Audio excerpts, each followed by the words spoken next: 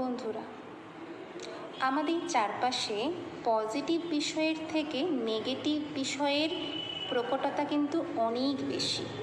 সেটা নেগেটিভ চিন্তা হতে পারে, নেগেটিভ মানুষ হতে পারে, বা নেগেটিভ ঘটনা হতে পারে। যদি জীবনের দাঁড়িপাল্লা আমরা মাপতে যাই, দেখবে পজিটিভের থেকে নেগেটিভের ভার কিন্তু অনেক বেশি, যেটা আমাদেরকে একটা সুস্থ স্বাভাবিক জীবন ভালোভাবে কাটাতে দেয় না।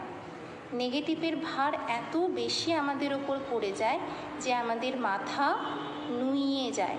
পজিটিভ খুব একটা ভালোভাবে মাথা তুলতে পারে না, যেটা আমাদের দৈনন্দিন সুস্থ জীবনকে অনেকটাই বিঘ্ন করে।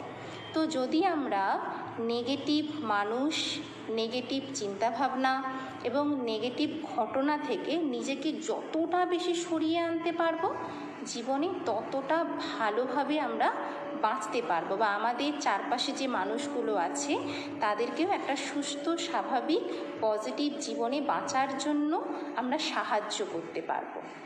তো এই পজিটিভভাবে বাঁচার জন্য বা নেগেটিভ থেকে দূরে সরে আসার জন্য কিন্তু 7টা উপায় আছে।